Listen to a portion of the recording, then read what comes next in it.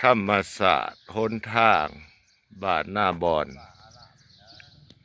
สายทางขึ้นตุ้มล้านขึ้นตะโอยขึ้นอันสวรรณเขตเมืองพีนนอกคันว่าทางเส้นทางดำสะดวกนี่แม่นสายทางนี่เดินทางก็สะดวกสบายได้นี่บ้านนาบอนนี่ถือว่าอยู่แคมป์ผู้เนาะบ้านเขาอยู่แคมป์ผู้เพื่อนอยู่แคมป์ผู้เลยไม่ออกบอกเขาเพื่อนอยู่แคมป์ผู้ได้นี่เพื่อนอยู่แคมป์ผู้เพื่อนอยู่แคมป์ผู้ถือว่าอยู่ตีนผู้นะเพื่อนก็ได้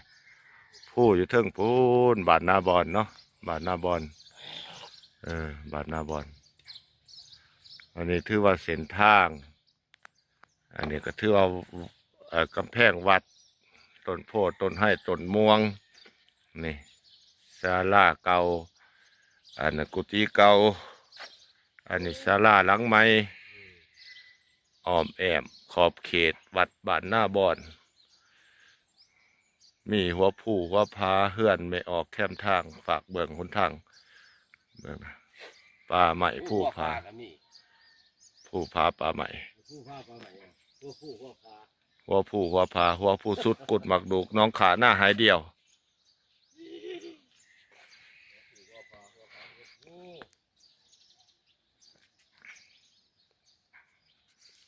บ้านหน้าบอนอันนี้